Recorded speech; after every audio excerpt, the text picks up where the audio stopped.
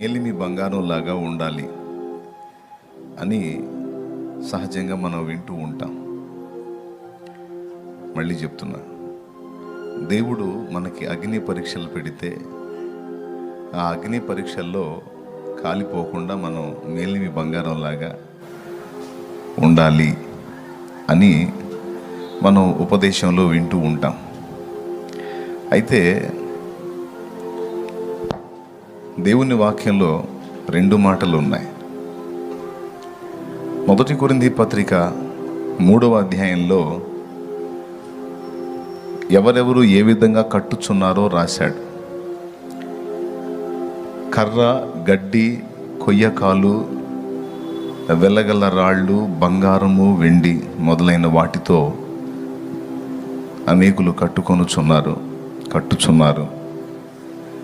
అయితే ఎవరెవరు ఏ విధంగా కట్టుచున్నారో జాగ్రత్తగా చూసుకోవాలి. ఆ దినమున అగ్నియే దాన్ని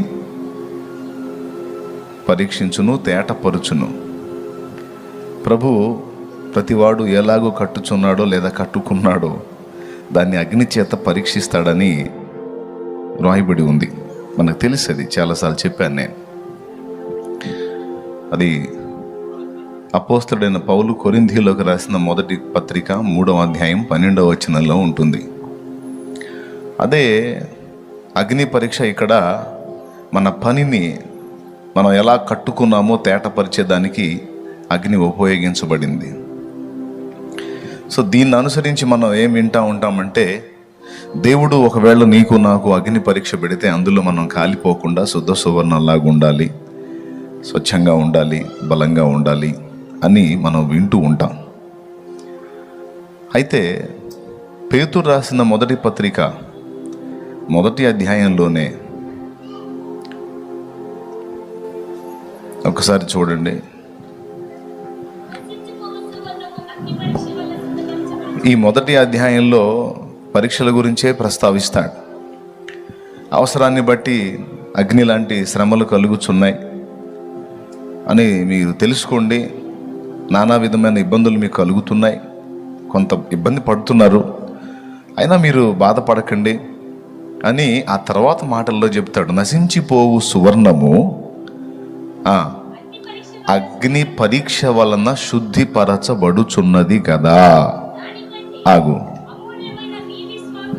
ఆగురా ఆగు తల్లి, అక్కడ పాయింట్ ఉంది, అందుకే నేను ఆగమంటున్నా.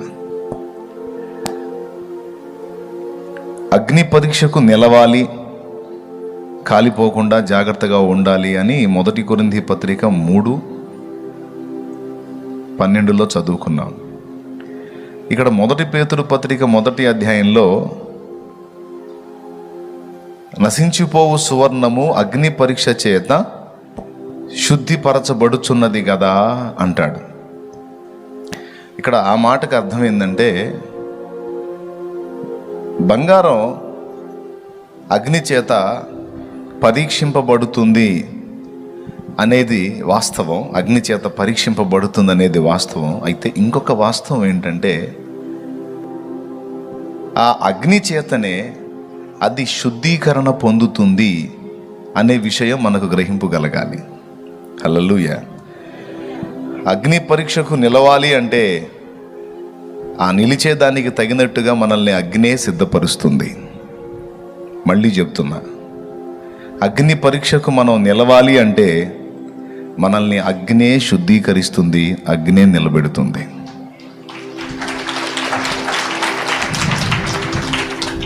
ఒక వచనం ప్రశ్నను ఇస్తే ఒక వచనం జవాబు ఇస్తుంది. అగ్ని పరీక్షకు ఎలా నిలవగలుగుతాను నేను అంటే అగ్నే నిలుపుతుంది. అందుకే అంటాడు, శోధింపబడిన మీదట నేను సువర్ణమై మార్పు చెందుతాను. అంటే శోధనలు, శ్రమలు, ఇబ్బంది కొలిమి మనల్ని శుద్ధ సువర్ణంగా మార్పు చెందేటట్టు చేస్తుంది. కాబట్టి అగ్ని పరీక్షకు భవిష్యత్తులో మనం నిలవాలంటే ముందు అగ్ని చేతనే మనం సిద్ధపరచబడాలి. ఏవేవి మనల్ని శుద్ధీకరిస్తాయి? మొట్టమొదటిది, మన దేవుడు దహించు అగ్ని అయి ఉన్నాడని హెబ్రీ పత్రిక 12వ అధ్యాయము చివరి లైన్ చెప్తుంది. మన దేవుడు దహించు అగ్ని అయి ఉన్నాడు. రైట్, అక్కడ పెట్టు ఆ విషయం. మన దేవుడు అగ్ని. రెండవది, పరిశుద్ధాత్మ అభిషేకము మనల్ని శుద్ధీకరిస్తుంది. పరిశుద్ధాత్మ అభిషేకము, మళ్ళీ చెప్తున్నాను, ఆత్మాభిషేకం. అపోస్తలుల మీదకి ఆయన ఎలా దిగి వచ్చాడని రాస్తుంది అపోస్తలుల కార్యం 2వ అధ్యాయంలో. మన శుద్ధీకరణ కొరకు దేవుడు వాడుతున్న 3 సంగతులు, 3 రకములైన అగ్ని. సింపుల్ మెసేజ్, బాగా తీసుకోండి మైండ్లోకి. ఇది మన శుద్ధీకరణ కొరకు, రేపు ఎదురయ్యే అగ్ని పరీక్షలో మనం నిలుచుట కొరకు, ముందుగానే దేవుడు మన శుద్ధీకరణ కొరకు దేవుడు వాడుతున్న 3 విధములైన అగ్ని. మొట్టమొదటిది అపోస్తలుల కార్యములు 2వ అధ్యాయంలో పెంతెకోస్తు పండుగ నాడు వారంతా మేడగది మీద గ్యాదర్ అయినప్పుడు వారు ప్రార్థన చేస్తూ ఉన్నారు. 10 దినాలు దేవుడు ఇచ్చిన వాగ్దానం నెరవేరటం కోసం కనిపెట్టుకున్నారు. ఆ వాగ్దానపు నెరవేర్పు 10వ రోజు వారు పొందారు.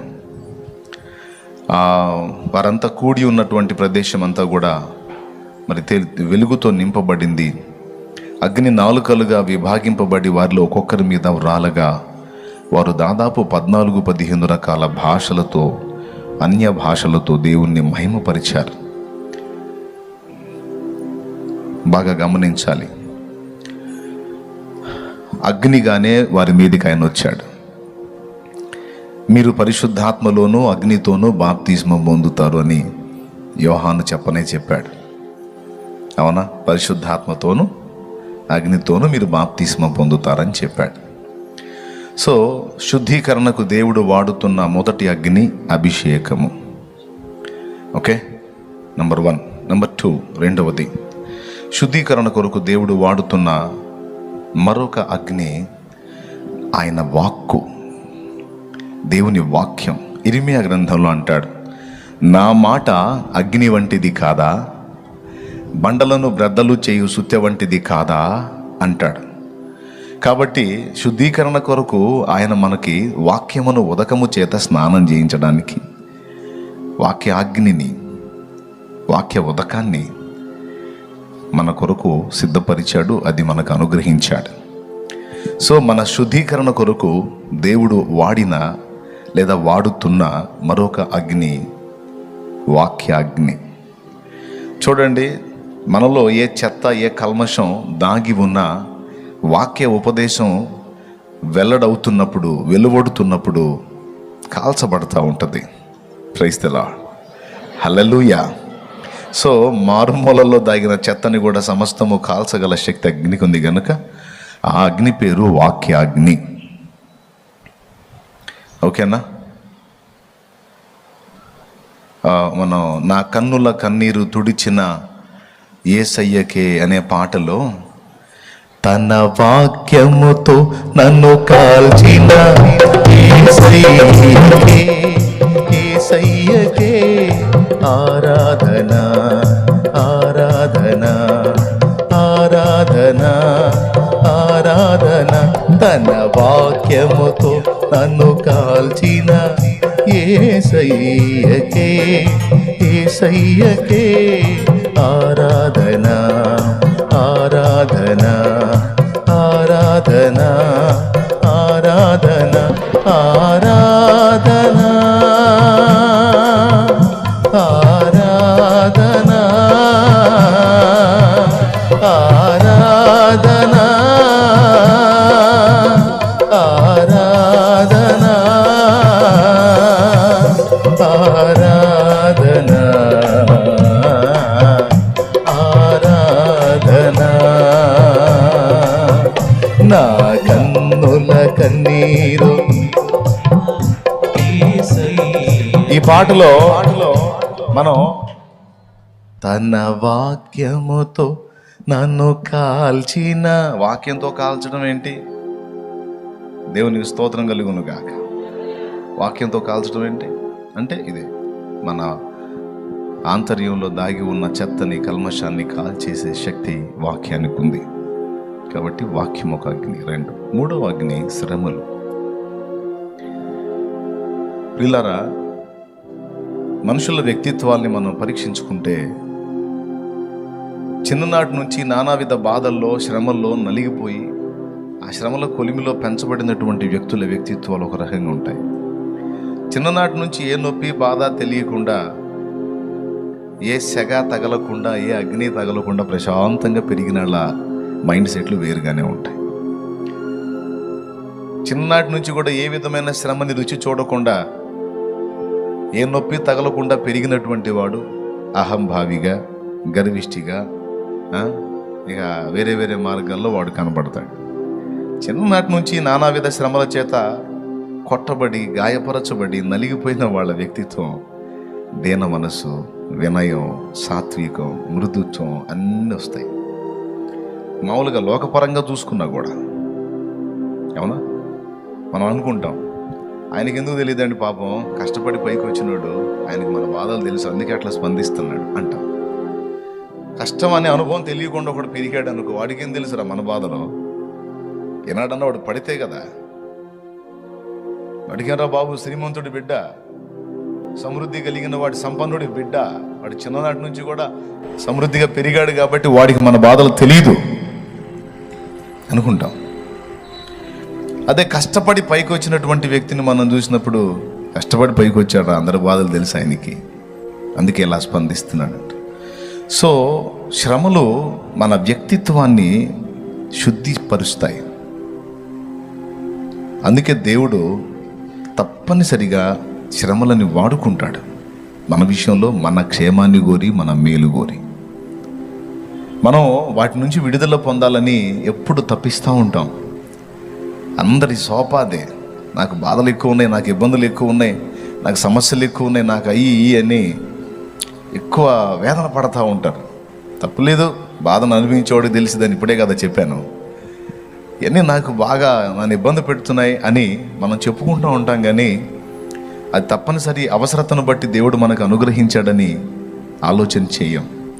అదే పేతురు పత్రికలో చెప్పాడు, అవసరాన్ని బట్టి నీకు ఆ పరిస్థితి వచ్చింది, అవసరాన్ని బట్టి నీకు ఆ శ్రమ వచ్చింది, అవసరాన్ని బట్టి నీకు ఆ సమస్య వచ్చింది, అవసరాన్ని బట్టే నీకు ఆ బలహీనత వచ్చింది, అవసరాన్ని బట్టే నీకు ఆ ఇబ్బంది వచ్చింది, అవసరాన్ని బట్టే ఆ నింద వచ్చింది, అవసరాన్ని బట్టే ఆ అప్పు అయింది, అవసరాన్ని బట్టే ఆ బలహీనత నీకు సంప్రాప్తమైంది.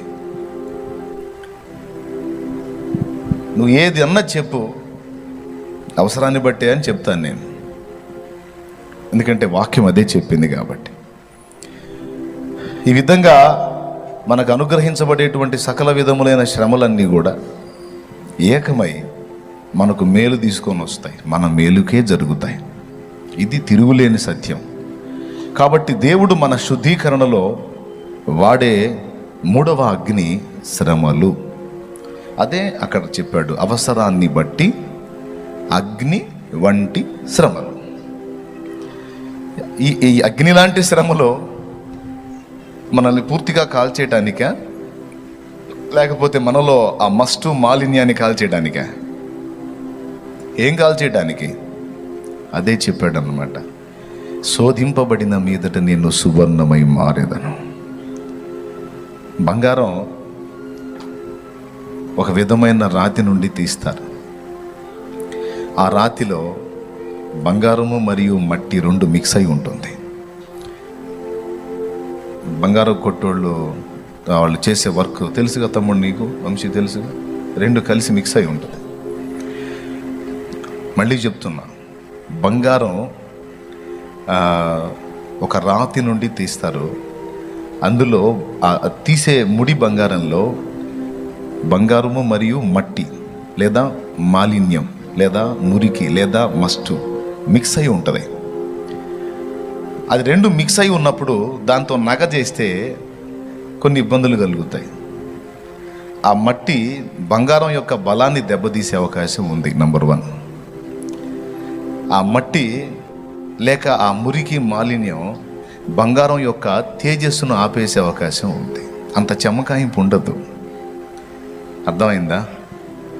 ఆ మట్టి బంగారం యొక్క విలువను చాలా తగ్గించే అవకాశం ఉంటుంది. అర్థమైందా? కాబట్టి ఇప్పుడు బంగారంలో గట్టితనం రావాలంటే మట్టి తొలగిపోవాలి. లేకపోతే బంగారం అయినా సరే అది మెత్తగా ఉంటుంది, అది అంత పటిష్టంగా ఉండదు. మట్టి మిక్స్ అయితే సిమెంట్ బిల్డింగ్ కూడా ఎఫెక్ట్ అయిపోద్ది. కాబట్టి బంగారం అంటే పరలోక సంబంధమైనటువంటి వ్యక్తిత్వం, మట్టి అంటే భూ సంబంధమైంది. ఈ పరలోక సంబంధిలో ఈ భూ సంబంధమైన మట్టి కొంత మిళితమై ఉంటుంది. కొద్దిగా అర్థం చేసుకోవడానికి ప్రయత్నం చేయండి.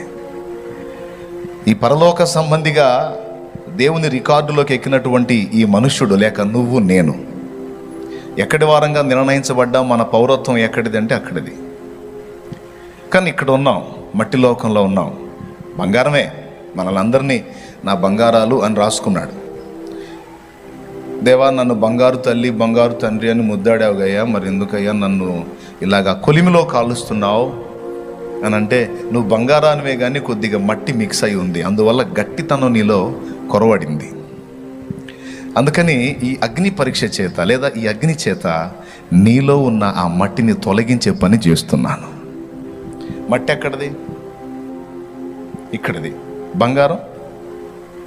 బంగారం దేనికి సాదృశ్యంగా ఉందంటే పరలోకానికి, పరలోక మహిమకు సాదృశ్యంగా ఉంది బంగారం.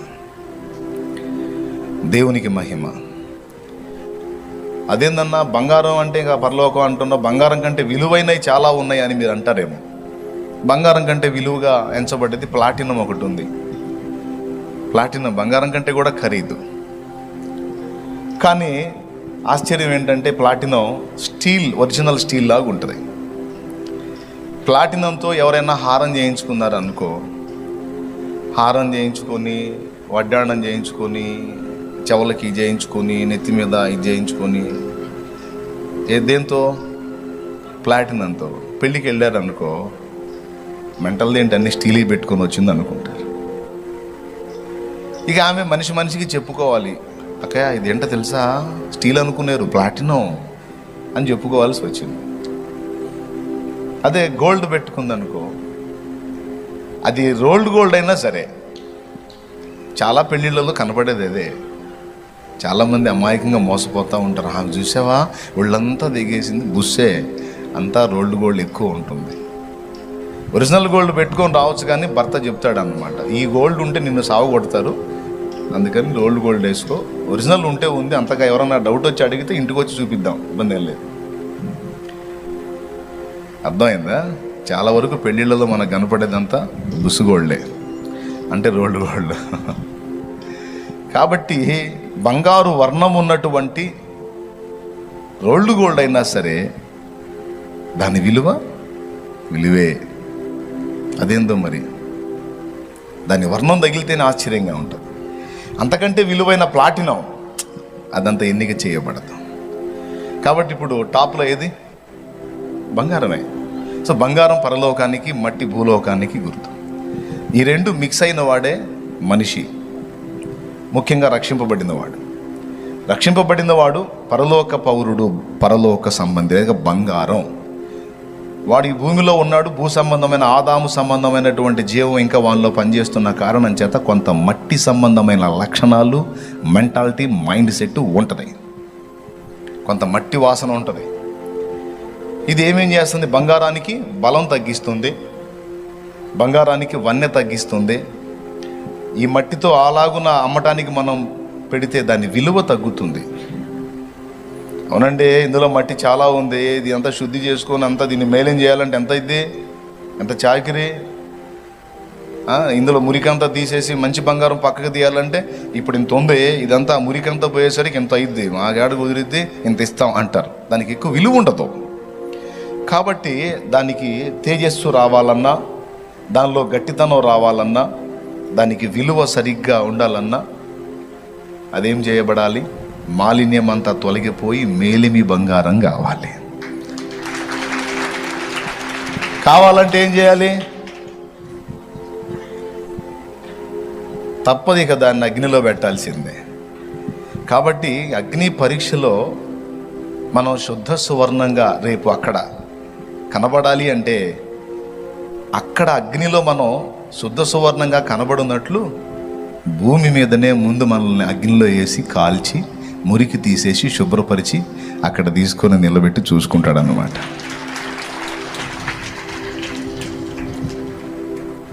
ఓకేనా? ఈ కారణం చేతనే భక్తులైన వారు అగ్ని వంటి శ్రమలకు గురి అవుతూ ఉంటారు. నేను చెప్తున్నా, నువ్వు ఇప్పుడు ఎంత ప్రశాంతంగానన్నా ఉండు, భవిష్యత్తులో శ్రమ రాదని గ్యారంటీ లేదు. ఒకవేళ ఇప్పటికీ శ్రమల్లో నలిగిపోతా ఉన్నావు అనుకో, భవిష్యత్తులో విడుదల రాదని గ్యారంటీ లేదు. విడుదల రాదన్న గ్యారంటీ ఉందా? తప్పకుండా విడుదల వస్తుంది. దేవునికి మహిమ. శ్రమ పొందుతున్న వానికి శ్రమ శాశ్వతం కాదు, సుఖపడుతున్న వానికి సుఖము శాశ్వతం కాదు. ఏదో అందరూ కలిసి చెప్పండి మళ్ళీ ఒక్కసారి. శ్రమల కొలిమిలో ఉన్నవానికి ఆ శ్రమ, అంతే కదండి. బంగారాన్ని పొద్దస్తమానం అగ్నిలోనే ఉంచుతారా? ఇంకదే పనే. ఈ పొద్దస్తమానం ఆ అగ్ని కుంపట్లో ఉంచేదానికి ఇంకెందుకు? మాలిన్యం పోయిందాకే, ఆ మట్టి పోయిందాకే, ఆ మురికి ఆ మస్టు పోయిందాకే. పోయిన తర్వాత ఇంకా దాన్ని ఉంచమన్నా ఉంచరు. ఏదన్నా ఎప్పుడన్నా వేయాలంటే టెస్టింగ్ కోసం వేయటం తప్ప సమస్య లేదు. కాబట్టి మనకు తెలియకుండా చాలా ఉంటాయి. మనం బంగారమే అనుకుంటాం, మన ఫీలింగ్ మనకి. కానీ మనలో ఉన్న మురికి మాలిన్యం మనకు కాదు, మన సృష్టికర్తకు కనపడతా ఉంటుంది. ఏబు గురించి మొన్న చెప్పాను నేను. తన గురించి తనకి ఉన్న ఫీలింగ్, ఏబు గురించి ఏబుకున్న ఫీలింగ్ నేను చాలా పర్ఫెక్ట్ అని. కానీ ఏబులో ఏదుందో మట్టి వాసన అదంతా కూడా దేవుడు గుర్తించాడు. దాన్ని తొలగించడానికే ఏబును పరీక్షానాళికలో పెట్టాడు, అగ్నిలో పెట్టాడు, శుద్ధి చేసి చివరికి ఏబు తన్ను తాను ఎరిగేటట్టు చేసి తను దేవుని ముందు ఒప్పుకునేటట్టు చేశాడు. మనకు తెలీదు. మనం అనుకుంటాం చాలా మంచోళ్ళం, మనం చాలా బాగా మారాం, మనం చాలా పర్ఫెక్ట్గా ఉన్నాం, మనం అంత నీతిమంతులం ఇంత నీతిమంతులం అని మనం అనుకుంటాం. ఎవరికి వాళ్ళ ఫీలింగ్ అదే. పౌలంతటి మహనీయుడు ఏమన్నాడో తెలుసా? నా యందు నాకు ఏ దోషము కానరాదు, కానీ నన్ను పరీక్షించువాడు ప్రభువే అన్నాడు. నన్ను విమర్శించువాడు ప్రభువే. నన్ను నేను విమర్శించుకోవాలంటే నా దగ్గర నాకే లోపం కనపడదు, నాకే తప్పు కనపడదు, నా దగ్గర నాకే వంకర కనపడదు. కానీ ప్రభు నన్ను చూసినప్పుడు ఎన్ని కనపడతాయో నేను చెప్పలేను. కాబట్టి నా దృష్టి కాదు, ప్రభు దృష్టికి నేను ఎలా ఉన్నానన్నది ముఖ్యం. ఏబు గ్రంథంలో ఉన్న మాటే ఇది.